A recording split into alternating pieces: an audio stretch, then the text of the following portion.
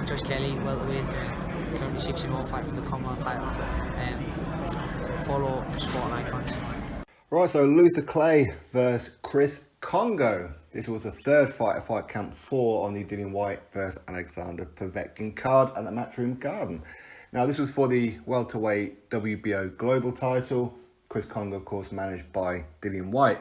Now, this is a fight that I felt was going to be a very, very good fight. And, I mean, I'm not going to say too much about Luther Clay in this one because I know that there was some issues during lockdown, but that's entirely for him to talk about if, of course, he wants to.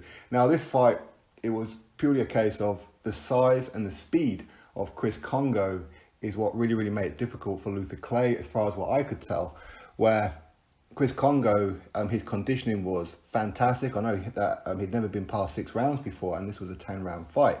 So there was always going to be questions, if it goes past 6, is Chris Kongo going to start to tire? And that's not really what happened, to be honest with you. Chris Kongo just has the engine of a racehorse. He can just keep on going by the looks of it under constant pressure because it was Luther Clay that was pressing the action. It was Luther Clay that was coming forward pretty much throughout the entire fight.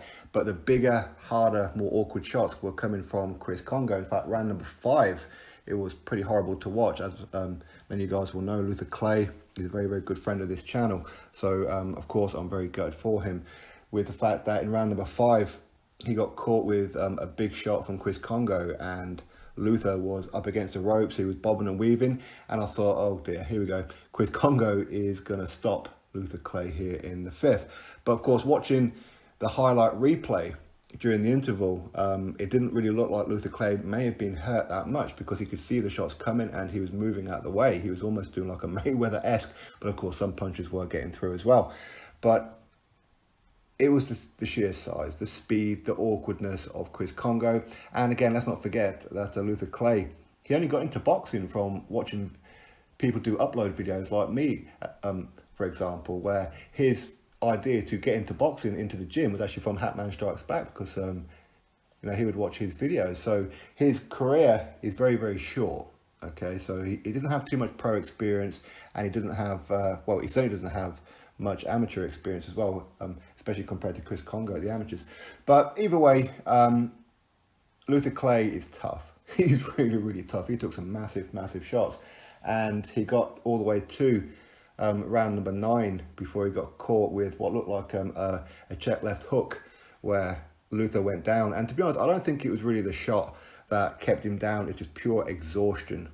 I mean, Luther, as I said, there was some problems, but it's just pure exhaustion. He just couldn't get up. The referee dispensed with a count after about count 4 or 5, I think he got to, and Luther just wasn't going to get up. Thankfully, he's okay. But it's not like it was all one-sided. I know I'm kind of like giving it like it was a one-sided story. It wasn't at all. For me, I had Luther Clay just edging round number 2. The commentary team, or whatever, didn't. They had Chris Kongo winning the first 5, maybe 6 rounds. Okay, but for me, I had Luther Clay winning 3 of those rounds. But Luther was certainly behind, in my opinion. And the stoppage, I don't know whether or not we could see it coming, but in round number 9, when of course he was stopped, he was hurt early doors in that round as well. So again, it was always a question, was he going to make it through to the end of the 9th and maybe make it into the final round? Well, the answer was no. So congratulations to Chris Kongo. Of course, commiserations to my friend Luther Clay. I'll speak to him in a few days and just see how he is. Of course, we've got to let him get over what's happened and what have you. So anyway, listen, you guys drop your thoughts below. Click thumbs up, subscribe. Catch you all in the next video.